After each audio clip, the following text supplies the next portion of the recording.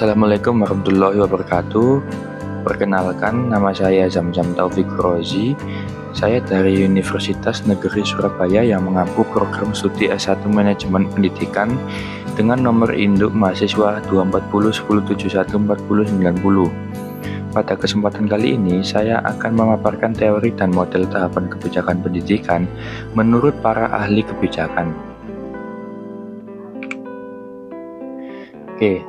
Pertama-tama kita harus tahu dulu ya, ada berapa tahapan kebijakan pendidikan. Di sini bisa kita lihat ada 4 tahapan ya. Yang pertama ada agenda setting, yang teorinya ada William N. Dunn, James A. Anderson, dan Roger Cobb and Charles Elder. Kemudian yang kedua ada formulasi kebijakan. Itu diambil dari penyusunan UU, lalu teorinya Mustafa Dijaja dan teorinya William N. Dunn. Kemudian yang ketiga ada implementasi kebijakan. Teorinya diambil juga dari Van Meter dan Van Hort, Masmanian and Sabatier, terus George C. Edwards III, dan Merrill S. Grindel. Kemudian yang keempat implementasi kebijakan, yang teorinya diambil dari William N. Dunn, James A. Anderson, Stavro Bim, dan Yulianto Kaji. Oke, jadi saya akan langsung menjelaskan teori agenda setting menurut William N. Dunn ya. Jadi teori agenda setting menurut William N. Dunn ini ada 8 tahapan ya. Yang pertama itu problem sensing. Tahap awal dalam analisis kebijakan, di mana mulai muncul kesadaran adanya gejala atau tanda bahwa suatu kondisi tidak berjalan sebagaimana mestinya. Kemudian yang kedua, problem situation. Merupakan kondisi atau keadaan yang dirasakan sebagai masalah oleh individu maupun kelompok dalam suatu lingkungan. Yang ketiga ada problem search. Pada tahap ini dilakukan pencarian masalah secara lebih mendalam untuk menemukan akar penyebab melalui analisis yang bertujuan mengidentifikasi faktor penyebab dan dampaknya. Kemudian meta problem ya. Tahap ini mencakup kumpulan berbagai masalah yang saling berkaitan, namun masih belum terstruktur dan belum terorganisir secara sistematis. Kemudian problem delineation. Pada tahap ini juga analisis kebijakan itu mulai mengelompokkan dan membedakan masalah ke dalam aspek publik, politik, dan ekonomi. Kemudian substantive problem adalah masalah yang telah didefinisikan secara lebih spesifik dan mendalam sehingga lebih jelas arah penyelesaiannya. Kemudian problem formalization. Masalah mulai dirumuskan menggunakan indikator, data, atau ukuran tertentu agar dapat dianalisis secara lebih sistematis. Kemudian formal problem, tahap akhir yaitu perumusan masalah secara jelas dan terstruktur yang kemudian menjadi dasar dalam pengambilan keputusan kebijakan. Oke, jadi agenda setting yang kedua itu menurut James A. Anderson. Tahapannya itu meliputi masalah privat atau private problem. Tahap awal ketika suatu masalah masih bersifat pribadi dan hanya dirasakan oleh individu. Pada tahap ini, masalah belum mendapat perhatian masyarakat maupun pemerintah karena masih dianggap sebagai tanggung jawab individu. Kemudian yang kedua ada masalah publik atau public problem, yaitu masalah pribadi mulai berkembang menjadi masalah publik karena dampaknya semakin luas. Pada tahap ini, masalah tidak lagi dipandang sebagai urusan individu, melainkan sebagai persoalan yang memengaruhi masyarakat, sehingga muncul tuntutan agar pemerintah ikut bertanggung jawab dalam penyelesaiannya. Kemudian yang ketiga, isu publik. Masalah mulai menjadi bahan perdebatan di ruang publik, seperti melalui media massa, forum akademik, kelompok kepentingan, maupun oleh aktor politik. Perhatian masyarakat terhadap isu ini semakin meningkat. Yang keempat ada agenda sistematik. isu telah memperoleh legitimasi publik dan diakui sebagai persoalan yang layak untuk dibahas dalam ranah kebijakan. Masalah ini mulai masuk dalam perhatian pemerintah secara lebih serius. Yang terakhir ada agenda institusional, tahap akhir di mana isu adalah menjadi prioritas kebijakan. Pada tahap ini, masalah mulai dirumuskan dalam bentuk rancangan undang-undang, program pemerintah, atau keputusan resmi lainnya. Terus kemudian agenda setting menurut Roger Cobb and Charles Elder.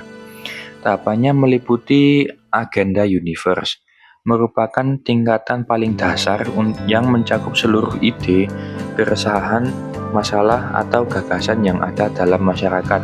Pada tahap ini juga jumlah masalah sangat banyak dan belum terstruktur. Tidak semua isu akan dibahas oleh pemerintah, hanya masalah dengan tingkat urgensi tinggi yang dapat berlanjut ke tahap berikutnya. Lalu yang kedua ada systematic agenda. Tahap ini berisi isu-isu yang secara umum dianggap layak mendapat perhatian publik dan berada dalam yurisdiksi pemerintah. Terdapat 3 syarat utama, yaitu mendapat perhatian luas, adanya persepsi bahwa tindakan perlu diambil, serta keyakinan masyarakat bahwa masalah tersebut menjadi tanggung jawab pemerintah.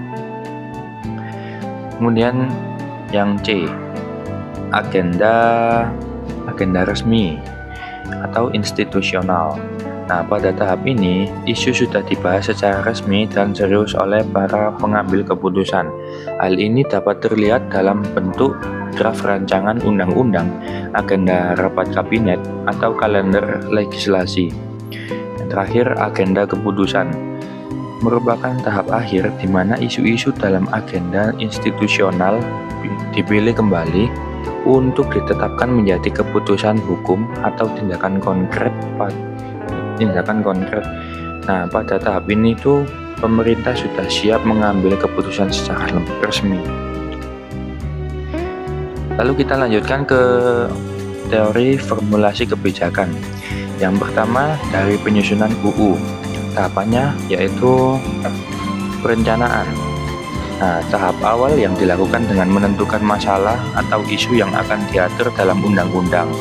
Isu tersebut kemudian dimasukkan ke dalam program legislasi nasional atau bisa disebut juga prolegnas sebagai prioritas pembahasan. Kemudian yang kedua ada penyusunan. Pada tahap ini juga rancangan undang-undang atau RUU disusun secara lengkap oleh pihak pengusul, yaitu Presiden, DPR atau DPD. Penyusunan mencakup latar belakang, tujuan serta substansi yang akan diatur. Kemudian yang ketiga, pembahasan. RUU yang telah disusun kemudian dibahas bersama antara DPR dan pemerintah. Pembahasan ini bertujuan untuk menyepakati isi, pasal-pasal, serta ketentuan yang akan dimasukkan ke dalam undang-undang. Kemudian pengesahan. Setelah mencapai kesepakatan, RUU disahkan oleh DPR bersama Presiden sehingga resmi menjadi undang-undang. Yang terakhir, pengundangan. Tahap akhir yaitu undang-undang yang telah disahkan diumumkan dalam lembaran negara. Dengan pengundangan ini, undang-undang memiliki kekuatan hukum dan mulai berlaku bagi masyarakat. Berikut ini formulasi kebijakan menurut Mustofa Dijaja. Nah, tahapannya ada 7, yaitu yang pertama pengkajian persoalan. Tahap awal berupa identifikasi dan pemahaman terhadap masalah publik yang terjadi. Tujuannya agar masalah dapat dipahami secara menyeluruh sebelum dirumuskan solusinya. Kemudian yang kedua, penentuan tujuan. Pada tahap ini ditetapkan tujuan yang ingin dicapai sehingga menjadi arah dalam penyusunan solusi kebijakan. Yang ketiga, perumusan alternatif kebijakan. Berbagai alternatif solusi mulai dirancang untuk mengatasi masalah yang telah diidentifikasi. Kemudian yang keempat, penyusunan model. Alternatif kebijakan dianalisis menggunakan model tertentu untuk memprediksi dampak serta efektivitasnya di masa mendatang. Kemudian yang kelima ada penetapan kriteria. Ditentukan ukuran atau indikator untuk menilai setiap alternatif kebijakan, seperti efektivitas, kelayakan, serta penerimaan publik atau aspek keadilan. Yang keenam ada penilaian alternatif.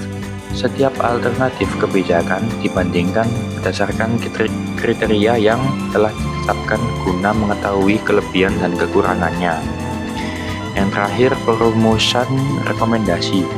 Tahap akhir berupa pemilihan alternatif terbaik yang kemudian direkomendasikan untuk dijadikan kebijakan. Oke, yang formulasi kebijakan terakhir ada teori dari William and Dunn. Tahapannya itu antara lain identifikasi alternatif kebijakan. Pada tahap ini disusun beberapa pilihan kebijakan yang dapat digunakan untuk menyelesaikan masalah. Tidak hanya satu solusi, tetapi beberapa alternatif agar dapat dibandingkan. Lalu yang kedua ada analisis dampak. Setiap alternatif kebijakan dianalisis untuk mengetahui dampak yang mungkin terjadi. Analisis ini menggunakan hasil forecasting untuk memperkirakan konsekuensi dari setiap pilihan. Yang ketiga, ada penilaian nilai dan manfaat. Alternatif kebijakan dinilai berdasarkan manfaat yang diperoleh, biaya yang dikeluarkan, serta nilai yang terkandung. Tujuannya agar kebijakan tidak hanya efektif, tetapi juga sesuai dengan nilai-nilai yang dianut masyarakat. Terus, perbandingan alternatif. Setiap alternatif dibandingkan untuk melihat kelebihan dan kekurangannya, sehingga dapat diketahui pilihan yang paling menguntungkan. Terus yang terakhir ada pemilihan kebijakan. Tahap akhir ini adalah menentukan satu alternatif terbaik sebagai rekomendasi kebijakan yang akan diambil. Oke, selanjutnya kita masuk kepada teori implementasi kebijakannya. Yang pertama ada teori dari Van Meter dan Van Horn. Tahapannya itu antara lain yang pertama standar dan sasaran kebijakan. Keberhasilan implementasi kebijakan sangat ditentukan oleh kejelasan tujuan yang ingin dicapai. Standar yang jelas membantu pelaksana memahami arah kebijakan, sedangkan sasaran yang terukur memudahkan dalam mengevaluasi keberhasilan program. Yang kedua, sumber daya. Sumber daya merupakan faktor penting dalam implementasi kebijakan. Sumber daya ini meliputi sumber daya manusia, keuangan atau anggaran, sarana dan prasarana, serta metode kerja yang digunakan. Lalu komunikasi antar organisasi. Implementasi kebijakan, khususnya di bidang pendidikan, melibatkan banyak pihak seperti pemerintah pusat, dinas pendidikan, sekolah, hingga masyarakat. Oleh karena itu, komunikasi yang jelas, konsisten dan tidak terdistorsi sangat diperlukan agar tidak terjadi kesalahpahaman. Lalu ada karakteristik organisasi. Faktor ini mencakup struktur birokrasi, norma, dan pola kerja dalam lembaga. Struktur yang terlalu rumit dapat menghambat pelaksanaan kebijakan, sedangkan organisasi yang fleksibel dan adaptif cenderung lebih efektif dalam mengimplementasikan kebijakan. Lalu ada kondisi sosial, ekonomi, dan politik. Lingkungan sosial, tingkat ekonomi, serta situasi politik sangat mempengaruhi implementasi kebijakan.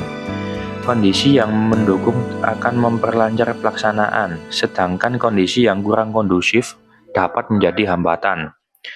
Yang terakhir ada sikap pelaksana.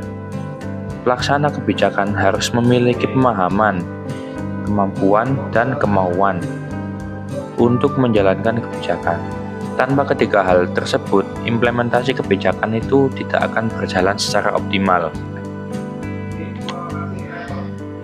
Oke, sekarang lanjut implementasi yang kedua. Ini diambil dari teori Masmanian dan Sabathir. Yang pertama, ada variabel independen. Variabel ini berkaitan dengan karakteristik masalah yang dihadapi, seperti ketersediaan teknologi dan teknik untuk menyelesaikan masalah, tingkat keragaman perilaku kelompok sasaran, sifat populasi yang menjadi target kebijakan, serta derajat perubahan perilaku yang diharapkan. Lalu ada variabel intervening. Tahap ini menekankan pada kualitas rancangan kebijakan. Kebijakan yang baik harus memiliki tujuan yang jelas dan konsisten, didukung oleh dasar teori yang memadai, serta ditunjang oleh alokasi sumber daya yang cukup. Yang ketiga ada variabel non-beraturan. Variabel ini mencakup faktor di luar kebijakan, seperti kondisi sosial, ekonomi, dan teknologi, dukungan publik, perhatian kelompok, kepentingan terhadap isu kebijakan, dukungan dari pejabat yang berwenang, serta komitmen dan kemampuan kepemimpinan para pelaksana. Lalu yang keempat ada variabel dependen. Proses implementasi dimulai dari pemahaman lembaga pelaksana terhadap kebijakan yang kemudian diterjemahkan ke dalam aturan turunan. Selanjutnya, dilihat tingkat kepatuhan kelompok sasaran. Hasil akhirnya berupa output atau dampak nyata kebijakan yang kemudian mendapat respons dari masyarakat, baik berupa penerimaan maupun penolakan. Kemudian ada model dari George C. Edwards III yang tahapannya meliputi komunikasi. Implementasi kebijakan, khususnya di bidang pendidikan, memerlukan penyampaian informasi yang jelas dari pembuat kebijakan kepada pelaksana. Proses transmisi, kejelasan pesan, dan konsistensi sangat penting agar tidak terjadi perbedaan interpretasi di lapangan. Lalu yang kedua ada sumber daya. Sumber daya meliputi tenaga manusia, keuangan, serta sarana dan prasarana. Tanpa dukungan sumber daya yang memadai, kebijakan akan sulit diimplementasikan. Contohnya dalam pendidikan, seperti kekurangan guru, keterbatasan dana, dan minimnya fasilitas belajar. Yang ketiga ada sikap pelaksana atau dispositions. Faktor ini berkaitan dengan komitmen, kejujuran, dan kesediaan pelaksana dalam menjalankan kebijakan. Selain itu, aspek seperti insentif, gaji, dan tunjangan juga dapat mempengaruhi motivasi pelaksana. Kemudian yang terakhir ada struktur birokrasi. Struktur birokrasi menentukan bagaimana kebijakan dijalankan secara administratif. Lalu struktur yang jelas, pembagian tugas yang tegas, serta prosedur yang sederhana dan tidak berbelit akan memperlancar implementasi kebijakan.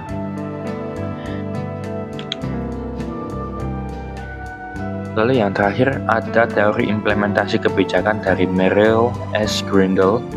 Tahapannya itu ada dua, yaitu pertama content of policy atau isi kebijakan. Isi kebijakan berkaitan dengan substansi atau muatan kebijakan itu sendiri yang meliputi interest affected atau kepentingan yang dipengaruhi, kelompok atau pihak mana saja yang terdampak oleh kebijakan. Lalu type of benefits, jenis manfaat atau keuntungan yang apa yang dihasilkan dari kebijakan tersebut. Extent of change adalah seberapa besar perubahan yang ingin dicapai melalui implementasi kebijakan. Lalu ada site of decision making, lokasi pengambilan keputusan. Tingkatan lembaga yang memiliki kewenangan dalam mengambil keputusan kebijakan. Lalu program implementation, bisa disebut juga pelaksana program. Aktor atau pihak yang bertanggung jawab dalam menjalankan kebijakan. Research commit atau sumber daya yang digunakan adalah ketersediaan dan komitmen sumber daya untuk mendukung pelaksanaan kebijakan. Lalu kemudian yang kedua ada B, context of implementation, yaitu konteks implementasi. Konteks implementasi berkaitan dengan lingkungan di mana kebijakan dijalankan, yang meliputi power, interest, and strategies, artinya peran serta pengaruh para aktor yang terlibat dalam kebijakan. Lalu institutional karakteristik, artinya sifat, struktur, dan kapasitas lembaga pelaksana kebijakan. Dan ada compliance and responsiveness, tingkat kepatuhan pelaksana serta respons mereka terhadap kebijakan yang dijalankan. Lalu kita masuk pada tahapan terakhir dari kebijakan, yaitu evaluasi kebijakan. Yang pertama oleh William N. Dunn, dan yang tahapannya meliputi yang pertama effectiveness, menilai sejauh mana tujuan dan dampak kebijakan telah tercapai sesuai dengan yang direncanakan. Lalu B, efisiensi, menilai perbandingan antara hasil yang diperoleh dengan sumber daya yang digunakan dalam proses pelaksanaan kebijakan. Lalu C, ada kecukupan, menilai sejauh mana kebijakan yang diterapkan mampu menyelesaikan masalah yang dihadapi. Kemudian selanjutnya ada keadilan, menilai apakah manfaat kebijakan telah didistribusikan secara adil dan merata kepada seluruh kelompok masyarakat. Kemudian ada responsivitas, menilai apakah kebijakan yang dibuat telah sesuai dengan kebutuhan dan aspirasi masyarakat. Lalu yang terakhir ada ketepatan, menilai apakah kebijakan yang diambil sudah tepat dan layak dalam menjawab permasalahan yang ada.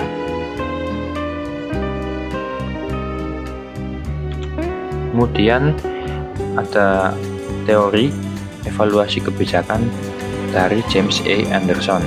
Tahapannya ada 3, yaitu yang pertama isi. Pada bagian ini kita menilai isi kebijakan seperti tujuan dan program yang dibuat. Intinya kita itu melihat apakah kebijakan tersebut sudah sesuai dengan masalah yang ingin diselesaikan. Kemudian yang kedua implementasi. Di tahap ini kita melihat bagaimana kebijakan dijalankan di lapangan. Apakah sudah sesuai rencana atau belum, dan apa saja hambatan yang terjadi selama pelaksanaannya. Lalu implikasi. Bagian ini menilai dampak dari kebijakan terhadap masyarakat. Dampaknya bisa yang sesuai harapan maupun yang tidak direncanakan sebelumnya. Yang ketiga ada teori evaluasi kebijakan dari Staffelbeam. Tahapannya antara lain pertama konteks. Pada tahap ini kita mengidentifikasi kebutuhan, masalah, dan tujuan program. Tujuannya untuk memastikan bahwa program yang dijalankan sudah sesuai dengan kondisi yang ada. Lalu input atau masukan. Di sini kita menilai sumber daya yang digunakan seperti tenaga manusia, dana, dan sarana, serta perencanaan program. Hal ini penting agar program bisa berjalan secara optimal. Yang ketiga ada proses. Tahap ini menilai bagaimana program dilaksanakan di lapangan. Apakah sudah sesuai rencana, seberapa efektif pelaksanaannya, dan apa saja kendala yang dihadapi. Lalu ada produk. Pada bagian ini kita melihat hasil yang diperoleh setelah program dilaksanakan. Apakah target yang ditetapkan sudah tercapai atau belum. Yang terakhir ada outcome atau hasil. Tahap terakhir menilai dampak jangka panjang dari program seperti perubahan perilaku, peningkatan kualitas, serta manfaat yang berkelanjutan. Terakhir ada teori evaluasi kebijakan dari Yulianto Kaji. Tahapannya antara lain yang pertama evaluasi input. Pada tahap ini kita menilai kesiapan sumber daya sebelum kebijakan dilaksanakan, seperti tenaga manusia, anggaran, dan sarana yang dibutuhkan. Kemudian yang kedua ada evaluasi proses.